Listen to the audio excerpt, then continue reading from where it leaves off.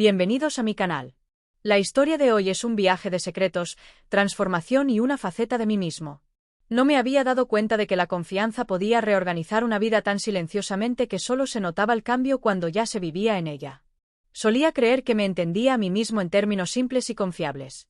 Era un esposo, un hombre al que le gustaba la previsibilidad, una persona que valoraba la honestidad de una manera casi terca. Pensaba en la identidad como algo que se descubre pronto y luego se lleva adelante como un documento que solo necesita renovarse ocasionalmente. Si alguien me hubiera preguntado antes de que todo cambiara si me sentía incompleto o dividido, habría dicho que no sin dudarlo. Amaba a mi esposa. Respetaba mi trabajo. Conocía el curso de mis días. Eso me parecía suficiente. La primera grieta no fue dramática. No llegó con una confesión ni una discusión. Llegó en forma de una pregunta que me hizo una noche mientras recogíamos la mesa, con voz despreocupada, casi distraída, como si preguntara si necesitábamos más leche. No había nada teatral en ello, y por eso se me quedó grabado. ¿Alguna vez te lo preguntas?, dijo sin mirarme. ¿Qué partes de? ¿A ti mismo que nunca has dejado existir? Me reí porque no sabía qué más hacer. Di una respuesta que sonaba considerada, pero que no requería riesgo. Algo sobre aficiones o carreras alternativas, o como cada uno se pregunta sobre caminos diferentes. Ella asintió, pero me di cuenta de que se refería a otra cosa. La pregunta persistió entre nosotros como una nota que no se había resuelto. Mi esposa siempre había sido atenta, más allá de fijarse en horarios o preferencias. Escuchaba lo que la gente evitaba decir. Se daba cuenta de cuando las conversaciones giraban en torno a ciertos temas. La atención fue una de las razones por las que confié en ella. Tan completamente. No lo vi como una amenaza. Lo vi como seguridad. Me llevó tiempo entender que la seguridad a veces puede ser lo que permite que las preguntas enterradas salgan a la superficie. Los cambios que siguieron no fueron instrucciones ni ultimátums. Fueron invitaciones. Un libro abierto en el sofá en una página sobre expresión de género. No resaltado, no presentado como evidencia, simplemente ahí.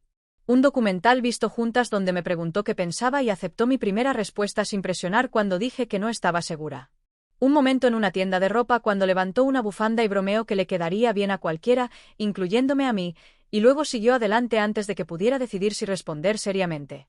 Cada uno de estos momentos se sintió pequeño. Ninguno de ellos exigió acción. Pero juntos, crearon una especie de permiso que no sabía que me había estado perdiendo. Quiero ser claro sobre algo porque la claridad importa. No fui coaccionado. No fui engañado. Mi esposa no se propuso cambiarme. Lo que ella hizo, intencionalmente o no, fue creer que yo podría sobrevivir mirándome a mí mismo con más honestidad de lo que pensaba. Nunca antes lo había tenido. Esa creencia era tanto un don como una responsabilidad. La primera vez que me probé algo que no era para mí, según las reglas que había seguido, no estaba cargado de emoción ni miedo. Era silencioso, casi rutinario. Ella había salido a hacer un recado, y yo estaba en nuestra habitación sosteniendo uno de sus cardigans.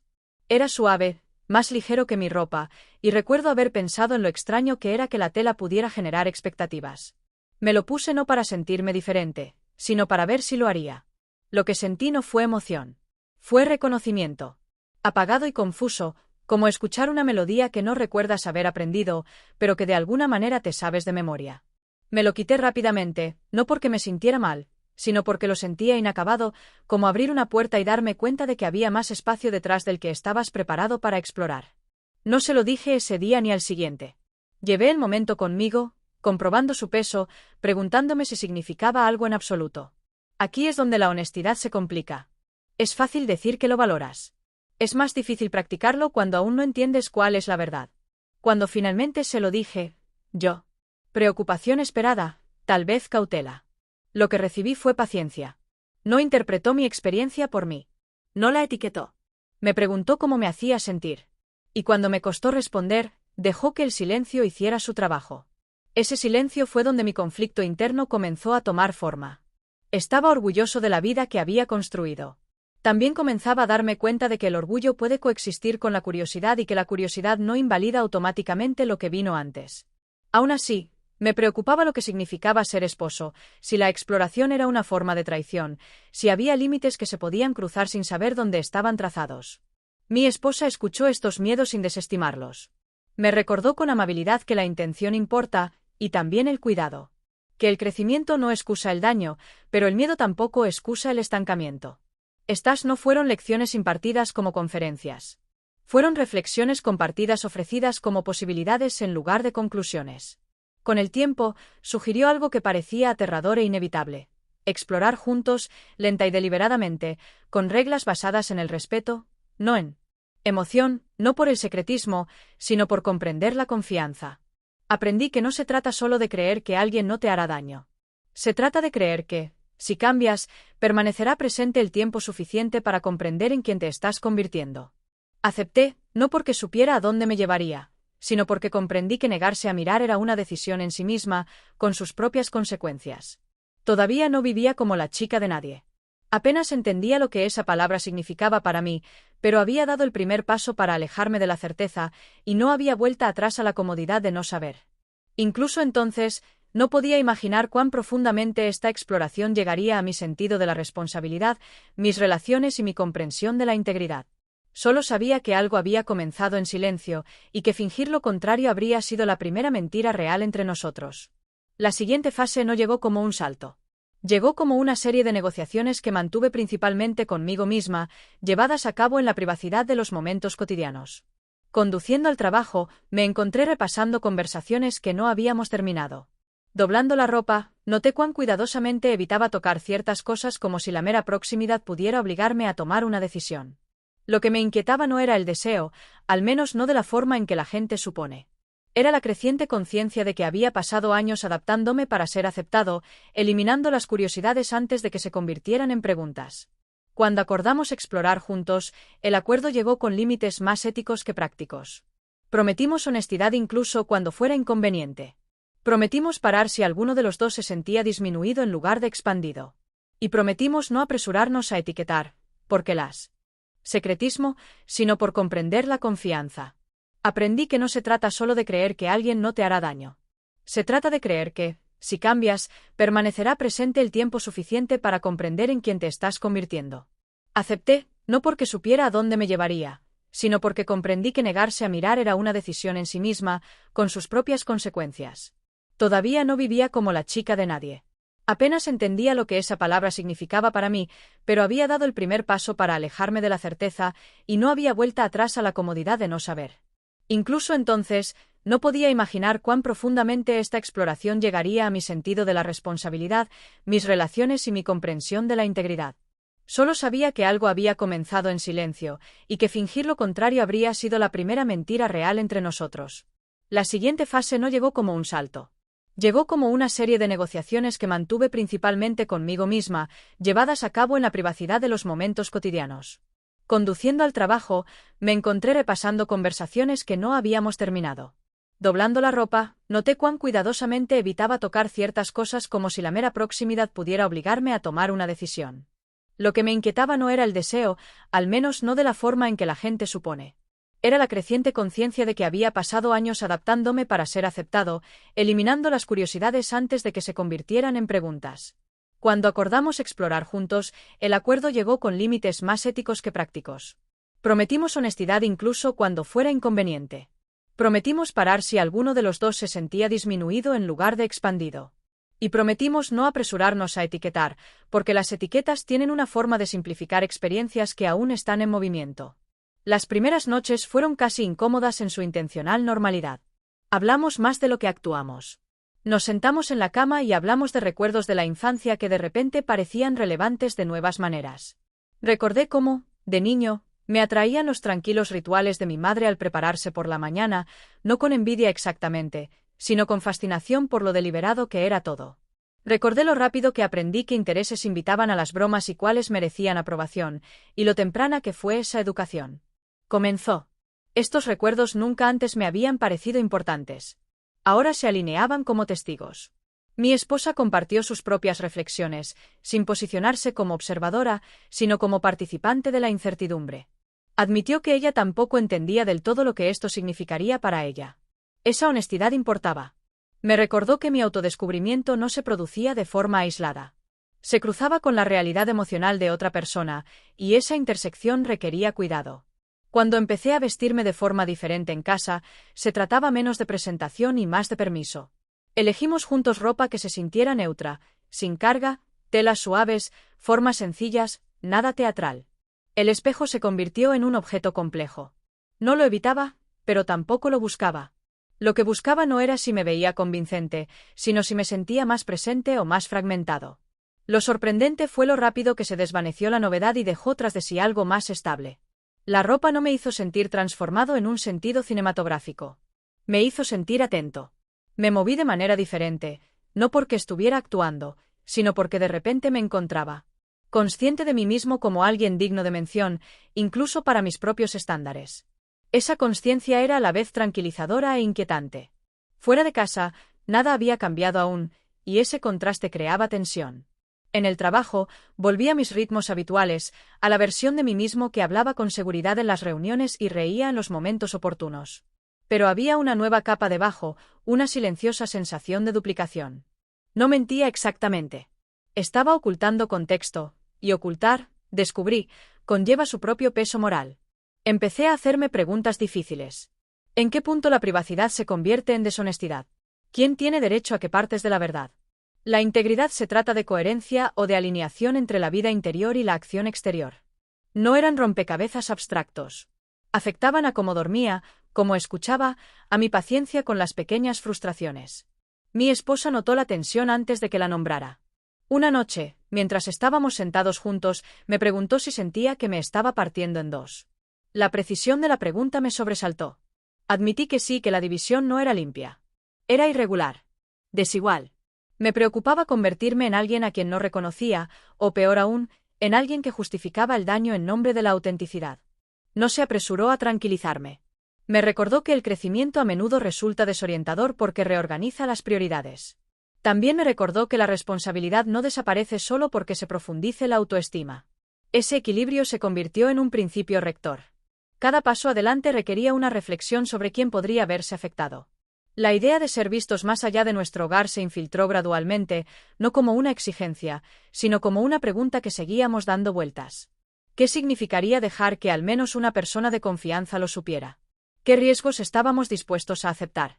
¿Qué responsabilidades conllevaba la visibilidad? Me encontré anhelando y temiendo ese momento. La visibilidad prometía alivio de la duplicación, pero también conllevaba consecuencias que no podía predecir. Cuando finalmente se lo contamos a una amiga cercana, lo hicimos con cuidado, eligiendo palabras que enfatizaban el proceso en lugar de las conclusiones. Observé sus rostros mientras escuchaban, preparándome para la confusión o el juicio. Lo que recibí en cambio fue curiosidad mezclada con cautela. Hicieron preguntas reflexivas. Admitieron lo que no lo entendían. La conversación no fue fácil, pero fue respetuosa. Ese respeto se sintió como una pequeña validación, no de ninguna etiqueta de identidad, sino de mi derecho a explorar con honestidad. Aún así, no todas las reacciones fueron tan mesuradas. A medida que el círculo se ampliaba ligeramente, surgieron malentendidos. Algunos querían categorizarme de inmediato para saber hacia dónde se dirigía esto y así poder archivarlo. Otros lo trataron como una fase que se resolvería si se ignoraba. Cada reacción me enseñó algo sobre las historias en las que la gente confía para sentirse cómoda y sobre el poco espacio que a menudo hay para la ambigüedad. A través de todo esto, mi relación con mi esposa evolucionó de maneras que no había previsto. La confianza se profundizó, pero también la vulnerabilidad. Hubo momentos en los que ella lamentó la simpleza de lo que habíamos tenido antes y momentos en los que me sentí culpable por ser la causa de esa pérdida. Hablamos de esos sentimientos abiertamente, resistiendo el impulso de apresurarnos a buscar consuelo. Aprendí que amar no significa borrar la incomodidad. Significa permanecer presente a través de ella. La frase que más tarde definiría este capítulo de mi vida aún no se había pronunciado. Todavía. No me consideraba la chica de nadie. Pero estaba empezando a comprender cómo la identidad puede ser relacional, moldeada no solo por cómo te ves a ti misma, sino por cómo la confianza te permite ser vista. La transformación ya no era hipotética. Era ética. Me exigía cada día elegir la honestidad sobre la comodidad, la reflexión sobre el impulso. No sabía dónde me llevaría, solo que dar marcha atrás me obligaría a desaprender cosas que ya había sentido con demasiada claridad como para ignorarlas. Y eso, más que el miedo, era lo que me impulsaba a seguir adelante. Para cuando la pregunta de salir ya no podía posponerse. Ya había sido respondida internamente. Lo que quedaba era el trabajo de la valentía, silenciosa, deliberada, no celebrada. La valentía que no se anuncia se siente menos como valentía y más como una firme negativa a mentir. Incluso en los pequeños detalles, aprendí esa diferencia poco a poco. La primera vez que crucé el umbral de nuestra casa de una manera que reflejara lo que había estado explorando dentro, el mundo no cambió. Pasaron coches. Alguien paseó a un perro. Un vecino asintió sin mirarlo 2 veces. La cotidianidad era desconcertante. Esperaba que la consecuencia llegara completamente formada para exigir atención. En cambio, la consecuencia llegó como consciencia. Noté cómo sostenía mis hombros, cómo respiraba. Noté cómo mi mente catalogaba cada sonido, cada mirada, incluso cuando ninguna estaba dirigida a mí. No era miedo exactamente. Era responsabilidad. Me sentía responsable del espacio que ocupaba de una manera que nunca antes me había sentido. Lo que más me sorprendió no fue cómo reaccionaron los demás, sino cómo lo hice yo. No estaba actuando. No estaba fingiendo ser otra persona. Estaba permitiendo que una parte de mí fuera legible, aunque fuera solo débilmente. Esa legibilidad vino con una extraña mezcla de alivio y dolor. Alivio porque el esfuerzo de ocultarlo había sido más pesado de lo que había admitido. Dolor porque me di cuenta de cuánto tiempo había vivido sin ofrecerme ese alivio. En casa, hablamos sobre cada nuevo paso. Mi esposa no actuó como guía ni como guardiana. Actuó como testigo cuando describí cómo se sentía ser visto o no visto. Escuchó lo que la experiencia hizo con mis valores. ¿Fui más paciente, más ansioso, más compasivo, menos presente? No evaluamos los detalles superficiales, sino los efectos. Ese encuadre importaba. Mantenía el proceso anclado en la ética, no en la novedad. Hubo días en que me preguntaba si simplemente me estaba entregando a la complejidad por sí misma. Después de todo, la vida había sido viable antes. No había sido infeliz de maneras que exigieran intervención. Pero llegué a comprender que la infelicidad no es la única medida de la verdad. A veces, la medida es la congruencia. La alineación entre lo que sientes y lo que te permites expresar. La ausencia de miseria no equivale a la presencia de plenitud. A medida que mi paisaje interno cambiaba, mi comprensión de la masculinidad también lo hacía. Había crecido con una versión de ella que valoraba la moderación y la competencia, que equiparaba la fluidez emocional con la debilidad. Esas lecciones no habían sido evidentes. Habían sido ambientales, absorbidas a través de bromas, silencios, expectativas. No rechacé esos valores por completo. Muchos de ellos, la responsabilidad, la firmeza, el cuidado, todavía me importaban. Lo que cambió fue la suposición de que pertenecen a un solo modo de ser. Comencé a ver cuán estrechamente me defino sin jamás elegir conscientemente esos límites. Había consideraciones prácticas que exigían claridad. ¿Cómo afectaría esto mi trabajo, mi familia, mi capacidad de moverme por espacios públicos sin convertirme en un símbolo o una incógnita? No era ingenua respecto a las realidades sociales. Entendía que la expresión de género conlleva diferentes riesgos según el contexto y que estos riesgos se distribuyen de forma desigual. Mi situación me brindaba ciertas protecciones, y reconocerlo formaba parte de mi responsabilidad. La exploración no me eximía de la conciencia del privilegio o la responsabilidad. Cuando comenzaban las conversaciones con la familia, eran desiguales. Algunas eran silenciosas y vacilantes, marcadas por un amor que aún no sabía cómo expresarse. Otras eran tensas, llenas de preocupación enmarcada como pragmatismo. ¿Complicaría esto las cosas innecesariamente? ¿Era prudente invitar a la incomprensión? Aprendí a escuchar más allá de la superficie de esas preguntas. A menudo se referían menos a mí y más al miedo, miedo al juicio social, miedo al cambio, miedo a perder una versión familiar de alguien a quien amaban. Resistí la tentación de argumentar para lograr la aceptación. En cambio, intenté articular lo que este proceso había. Me enseñó sobre la honestidad y el cuidado. Enfaticé que no estaba descartando mis compromisos. Los estaba examinando. Esa distinción no satisfizo a todos, pero me ancló. No estaba pidiendo permiso para existir. Estaba ofreciendo contexto. Hubo reveses. Días en que el agotamiento aplastó mi determinación. Cuando el peso de la explicación se volvió insoportable. Días en que extrañé la facilidad de la invisibilidad. En esos días, mi esposa me recordó que elegirse a uno mismo no significa elegir la comodidad. Significa elegir la coherencia. También me recordó que era aceptable descansar, retirarse cuando fuera necesario, proteger las partes de nosotros mismos que aún estaban aprendiendo a respirar. La frase que eventualmente se convertiría en la abreviatura de este capítulo de mi vida surgió no como una declaración, sino como un momento de reconocimiento. Una noche, después de una larga conversación sobre cómo había cambiado nuestra dinámica, dijo algo simple, casi despreocupado, sobre cómo me veía, sobre la ternura que notó, el cuidado, la forma en que respondía que confiaran en mí con vulnerabilidad. La palabra que usó no pretendía redefinirme. Se suponía que reconocería un papel que yo tenía. Entré emocionalmente, uno definido por la receptividad más que por el dominio. No lo adopté de inmediato. Me senté con él, consciente de cómo el lenguaje puede iluminar y confinar a la vez, pero no podía negar que algo relacional había cambiado. No. Estaba volviéndome menos yo mismo. Me estaba volviendo más responsable ante mis sentimientos, ante su experiencia, ante el impacto de mis decisiones. Vivir con esa conciencia transformó mis días. Cambió mi forma de escuchar, de disculparme, de establecer límites. Exigía un nivel de alfabetización emocional que no había practicado antes. Y en esa exigencia, encontré algo inesperado. Firmeza. No la firmeza brutal de la represión, sino la firmeza arraigada de la presencia. Todavía no sabía a dónde me llevaría este camino a largo plazo. No me apresuraba a sacar conclusiones, pero había cruzado un umbral que hacía que el retiro se sintiera menos como seguridad y más como un tesoro. Lo que viniera después tendría que honrar no solo mi curiosidad, sino también la confianza que había hecho posible esta exploración en primer lugar. Hubo un momento lo suficientemente sutil que casi lo perdí cuando la pregunta dejó de ser si podía continuar y la pregunta clave fue si podría vivir honestamente si no lo hacía. Ese cambio no se anunció con confianza. Llegó disfrazado de fatiga. Estaba cansada de calibrar cada frase, cada gesto, cada ausencia. Estaba cansada de cargar con un glosario interno para conversaciones que nunca llegaban a suceder. Sobre todo, estaba cansada del discreto acuerdo que había estado haciendo conmigo misma. Esa verdad a medias era un sustituto aceptable de la coherencia. Vivir así exigía un nuevo tipo de disciplina. No la disciplina de la supresión, que había practicado durante años sin nombrarla, sino la disciplina de la atención.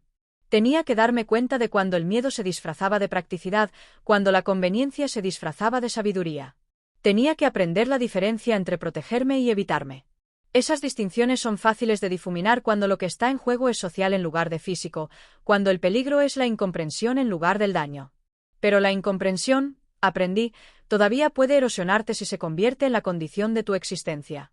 A medida que mi sentido de identidad se articulaba más, mi matrimonio cambió de nuevo, no en estructura, sino en textura. Hubo un cuidado más deliberado en cómo hablamos, más en contacto sin que pareciera vigilancia. Tuvimos que renegociar suposiciones que antes habían sido invisibles. ¿Quién inicia la comodidad? ¿Quién mantiene el espacio cuando uno de nosotros flaquea? ¿Qué aspecto tiene la fuerza cuando no se mide por el estoicismo? Estas no fueron renegociaciones dramáticas. Ocurrieron en cocinas, en comentarios casuales, en la forma en que hacíamos pausas antes de responder. Me di cuenta de la frecuencia con la que había equiparado liderazgo con certeza. Había asumido que ser una buena pareja significaba tener respuestas, proyectar estabilidad, permitirme sentir incertidumbre, visiblemente, como si renunciara a un rol para el que me habían entrenado. Pero lo que surgió en su lugar fue algo más recíproco. No estaba liderando ni siguiendo. Estaba respondiendo.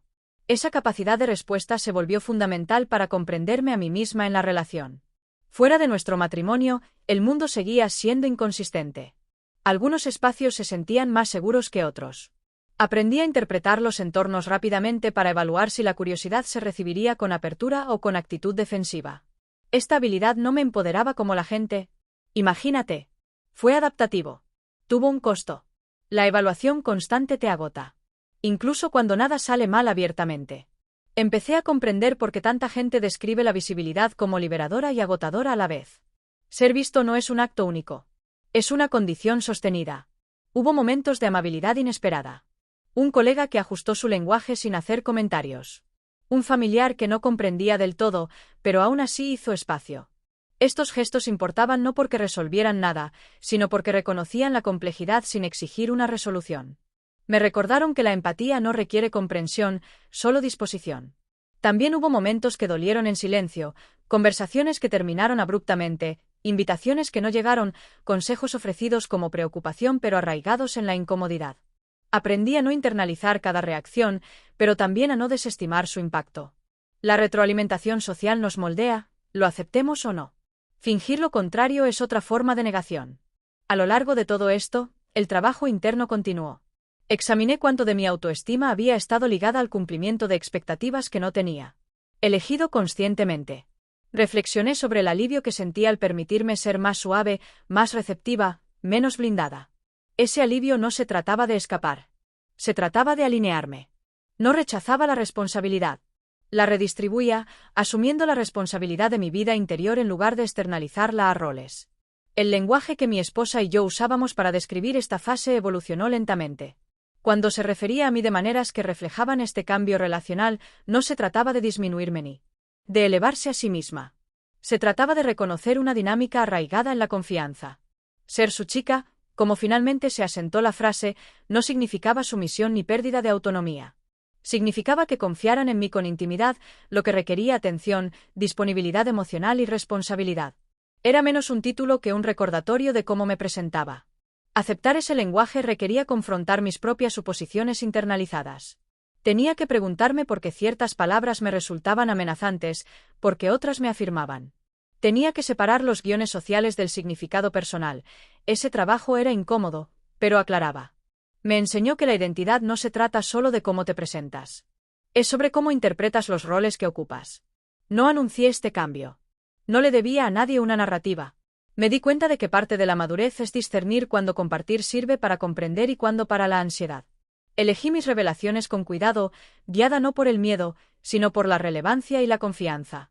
Esa selectividad no era secretismo. Era administración.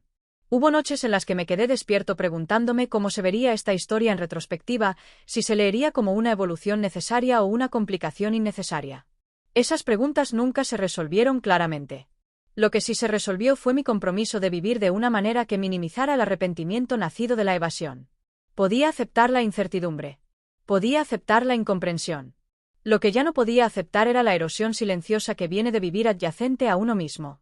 Cuanto más vivía de esta manera, menos extraordinario se sentía. No porque perdiera significado, sino porque se integraba. La persona en la que me estaba convirtiendo no era una desviación de quien había sido.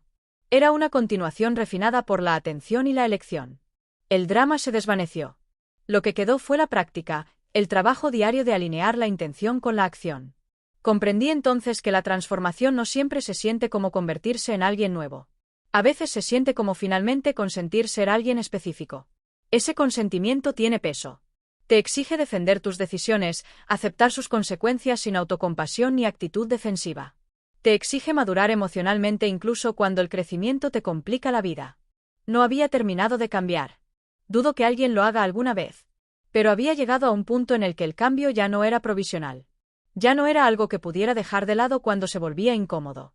Se había convertido en la forma en que me relacionaba conmigo mismo, con mi esposa, con el mundo que me recibía con distintos grados de disposición. Y en ese reconocimiento había una extraña paz serena. No porque todo estuviera resuelto, sino porque ya no estaba negociando mi propia existencia. Darme cuenta de que esta forma de vida ya no era provisional conllevaba un nuevo tipo de responsabilidad. Cuando no lo había previsto, cuando todo aún parecía exploratorio antes de que la incertidumbre me ofreciera una especie de refugio, podía decirme a mí mismo que aún estaba averiguando cosas y que no necesitaba reconciliar nada. Sin embargo, ahora las preguntas eran menos sobre si esto era real y más sobre cómo vivirlo con integridad con el tiempo.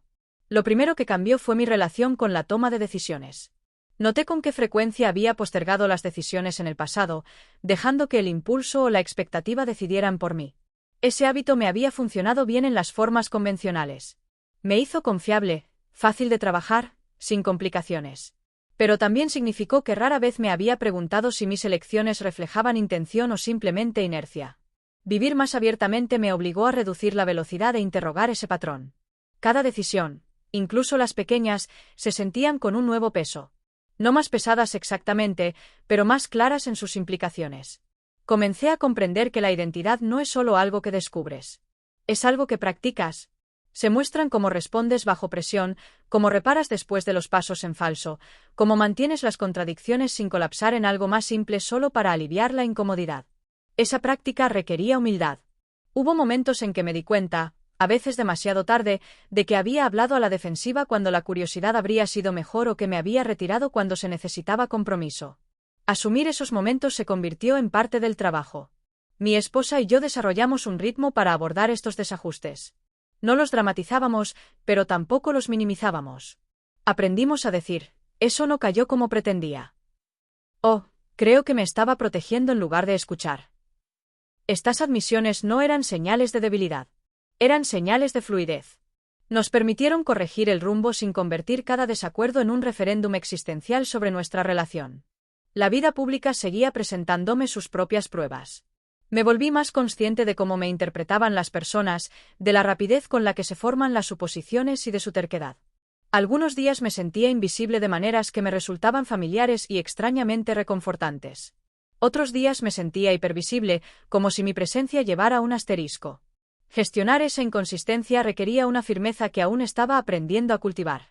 Tenía que recordarme a mí mismo que no era responsable de gestionar la comprensión de los demás, sino solo de gestionar mi conducta. Hubo momentos en que me pregunté si el lenguaje que usábamos en privado, un lenguaje que reflejaba confianza e intimidad, podía coexistir con el demandas del mundo exterior. ¿Era posible mantener un rol definido por la receptividad emocional y aún así imponer límites cuando fuera necesario? La respuesta que aprendí fue sí, pero no automáticamente. Requería redefinir la asertividad, no como dominio, sino como claridad. Decir que no me hizo menos cariñosa. Hizo que mi sí fuera más significativo. Con el paso del tiempo, las reacciones iniciales de los demás se suavizaron y se convirtieron en patrones. Algunas relaciones se estabilizaron en una nueva normalidad. Otras se desviaron. Lamenté esas pérdidas en silencio, reconociendo que no todas las conexiones están destinadas a sobrevivir a cada transformación. Ese dolor no era una señal de arrepentimiento. Era una señal de que valoraba la continuidad, incluso cuando la continuidad no era posible. También presté más atención a cómo mi historia se entrelazaba con conversaciones sociales más amplias. Fui cautelosa de no universalizar mi experiencia ni presentarla como representativa. Mi camino estuvo marcado por circunstancias, apoyos y limitaciones específicas. Reconocer esa especificidad me pareció importante. Me impidió convertir la percepción personal en una autoridad inmerecida. Aprender de las experiencias de los demás, escuchar sin la apropiación se convirtió en parte de mi formación continua.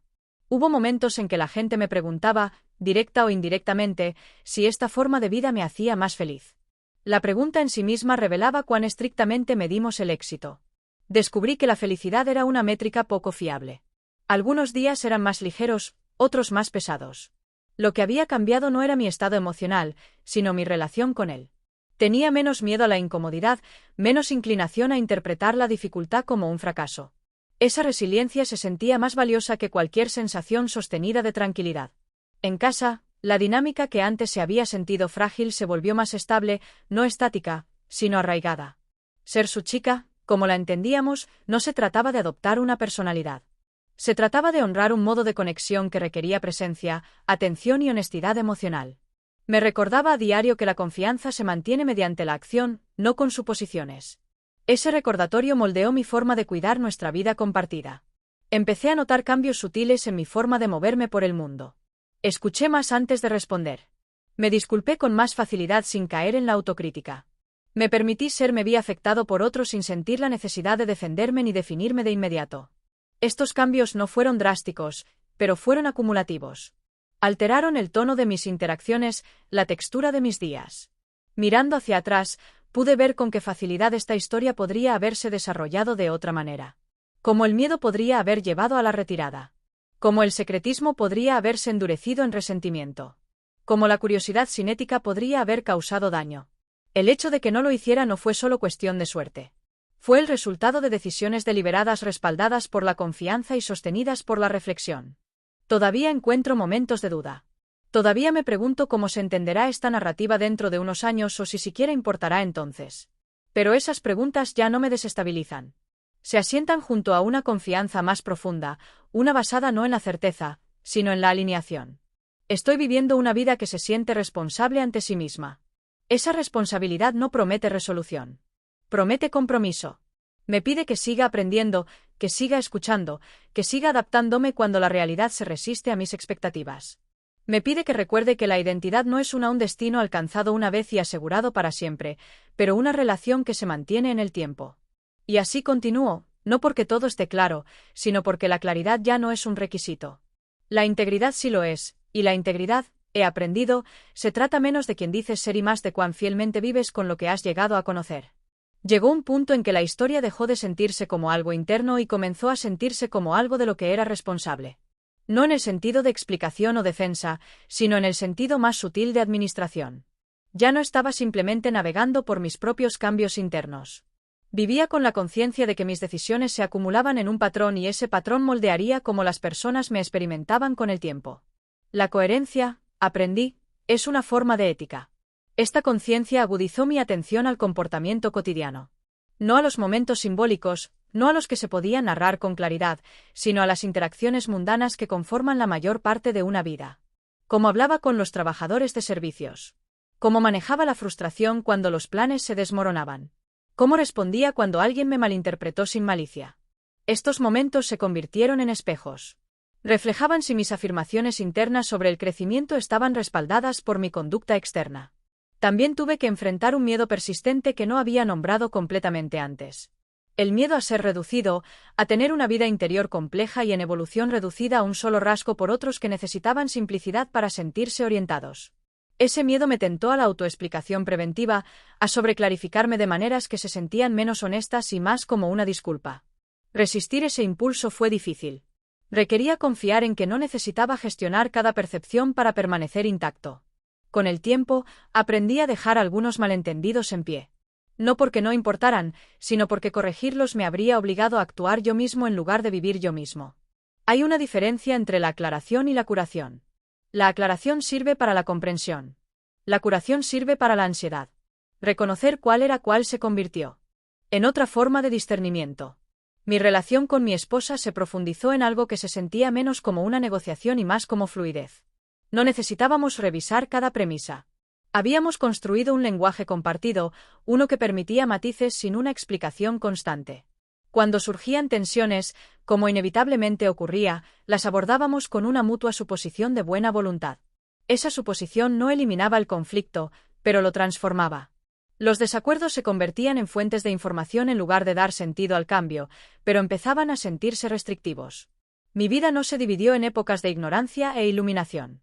Era un continuo de aprendizaje marcado por la revisión en lugar de la ruptura. Dejar ir la necesidad de un arca limpia me liberó para habitar el presente con mayor plenitud.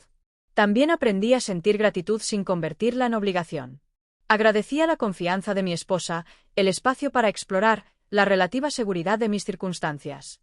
Pero la gratitud no me exigía minimizar mis luchas ni silenciar mis necesidades. Coexistía con la honestidad. Ese equilibrio era delicado y lo practicaba conscientemente. A medida que me movía por el mundo con este sentido más firme del yo, noté con qué frecuencia las personas están hambrientas de permiso no para cambiar drásticamente, sino para escuchar. Con menos sospecha. No ofrecí consejos a menos que me los pidieran. Ofrecí presencia. A veces eso significaba compartir mi historia en fragmentos, enfatizando las preguntas en lugar de las conclusiones. A veces significaba simplemente escuchar. Descubrí que la empatía es más efectiva cuando resiste el impulso de resolver. Hubo días en que nada de esto se sentía notable. Me despertaba, iba a trabajar, hacía recados, preparaba la cena. Estos días importaban más que los cargados. Eran la prueba de que la vida que estaba viviendo podía sostenerse a sí misma, que no dependía de la afirmación constante o la novedad. La continuidad ordinaria es un logro subestimado. No afirmo que este camino sea universalmente correcto o replicable. Solo afirmo que es honesto para mí, dadas las decisiones que he tomado y los valores que me he comprometido a defender. Esa honestidad me ha obligado a crecer de maneras que no anticipé para volverme más paciente, más reflexivo, más responsable. También me ha dado un sentido de coherencia que no sabía que me faltaba. Si hay una lección aquí, no se trata solo de género, roles o lenguaje. Se trata de la valentía de examinar tu vida sin apresurarte a defenderla y la humildad de cambiar sin exigir aplausos. Se trata de comprender que la confianza una vez ofrecida exige algo a cambio. No perfección, sino fidelidad. Llevo conmigo esa comprensión ahora, en silencio, hacia lo que venga después. No como una conclusión, sino como una práctica que pretendo mantener. Hay una quietud particular que se instala una vez que dejas de discutir con tu propia vida. No es alivio en el sentido de celebración. Y no es triunfo. Es más tranquilo que eso. Se siente como estar de pie en una habitación después de que el ruido se haya desvanecido y darte cuenta de que las paredes siempre fueron más resistentes de lo que temías. Esa quietud se me hizo más familiar a medida que los años se acumulaban y esta forma de vivir dejó de ser algo que narraba internamente y comenzó a ser algo que simplemente habitaba. Ya no me despertaba pensando en lo que todo esto significaba. Me despertaba pensando en el día que tenía por delante. La diferencia importaba. El significado que aprendí es algo que se asigna en retrospectiva. La vida avanza sin comentarios la mayor parte del tiempo. Cuando el trabajo de identidad es saludable, retrocede a un segundo plano. Apoya la vida en lugar de consumirla. La frase a la que la gente se aferra cuando escucha mi historia a menudo eclipsa todo lo demás.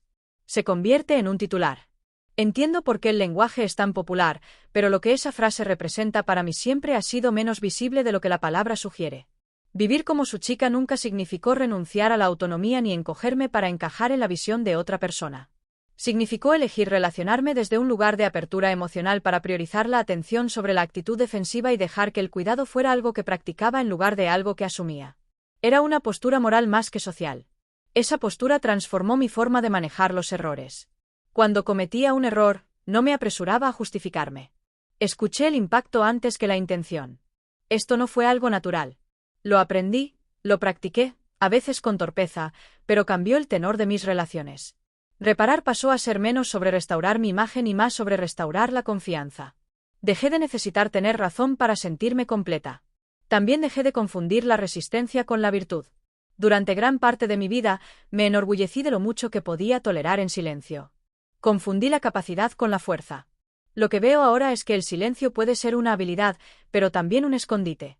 Elegir la expresión, una expresión mesurada, reflexiva y responsable, requirió más coraje que la resistencia. Me exigió creer que valía la pena hacer legible mi vida interior, incluso cuando la legibilidad invitaba a la incomprensión. El mundo social no se volvió de repente más fácil. En todo caso, la claridad agudizó el contraste. Pude ver con mayor claridad cuando los entornos eran restrictivos y cuando simplemente desconocidos. Pude distinguir entre la incomodidad que requería paciencia y el daño que requería límites. Ese discernimiento se convirtió en uno de los resultados más valiosos de este viaje. Me permitió superar la complejidad sin volverme frágil. Me preocupé especialmente por cómo hablaba de mí misma con gente más joven, con aquellos que aún negociaban su propio sentido de permiso. No quería que mi historia funcionara como un guión. Los guiones son seductores y pueden convertirse en jaulas. Quería que funcionara como evidencia de que la reflexión está permitida, de que el cambio no tiene por qué ser explosivo. Para ser real, que la ética y la autonomía no son fuerzas opuestas. Si mi vida demostró algo, esperaba que demostrara que puedes avanzar hacia ti mismo sin abandonar a los demás. Hubo momentos de ajuste de cuentas que llegaron tarde. Conversaciones que desearía haber manejado de manera diferente antes. Silencios que reconocí en retrospectiva como oportunidades perdidas para conectar. Me permití sentir el peso de esos arrepentimientos sin dejar que se endurecieran en autocondena. El arrepentimiento, cuando se sostiene adecuadamente, enseña precisión. Agudiza el cuidado futuro. Mi esposa y yo a veces hablábamos de la versión de nosotros que existía antes de que todo esto tuviera lenguaje. No hablábamos de ese momento con desdén o superioridad. Hablábamos del como una base, sólida, sincera, incompleta. El amor no había sido reemplazado. Había sido revisado. Y la revisión, llegué a comprender, no es una admisión de fracaso. Es una expresión de compromiso. No sé cómo leerá esta historia a alguien que busca certeza. No la ofrezco como un mapa. Lo ofrezco como un relato de lo que sucede cuando la confianza se corresponde con la responsabilidad, cuando la curiosidad está guiada por la ética y cuando la identidad se trata no como una actuación, sino como una práctica. El mundo a menudo nos pide que seamos más simples de lo que somos. Resistir esa presión es una tarea continua. Lo que llevo ahora no es una identidad fija, sino una calibrada. Responde. Escucha. Se ajusta. Se responsabiliza sin borrar sus propias necesidades. Ese equilibrio tomó tiempo. Tomó errores. Tomó la disposición a ser visto sin garantías. Y tomó confianza dada y honrada. Si hay algo que desearía que más personas entendieran, es que esta autoaceptación no es autocomplacencia. Es una forma de responsabilidad. Cuando te aceptas a ti mismo honestamente, dejas de proyectar conflictos no resueltos en los demás. Te vuelves menos reactivo, menos frágil, más capaz de empatía. Haces menos exigencias para que el mundo te reafirme tu valor porque ya no estás externalizando ese trabajo. No me perdí en este proceso. Encontré las partes de mí que han estado esperando permiso para participar plenamente. Y al permitirles entrar, me volví más presente, más responsable, más humano, no perfeccionado, no terminado, pero alineado de una manera que hizo que el trabajo de vivir con coherencia en lugar de división. Esta es la vida que vivo ahora, no como una declaración, sino como una práctica diaria, moldeada por la confianza, sostenida por la reflexión y cimentada en la creencia de que la integridad es algo que se practica una y otra vez, incluso cuando nadie mira. Cuanto más mayor me hago, más comprendo que los finales rara vez son limpios y los comienzos casi nunca se anuncian. Lo que la gente llama transformación suele ser solo acumulación. La lenta acumulación de pequeñas y honestas decisiones hasta que la estructura de tu vida se ve diferente desde dentro de lo que era antes.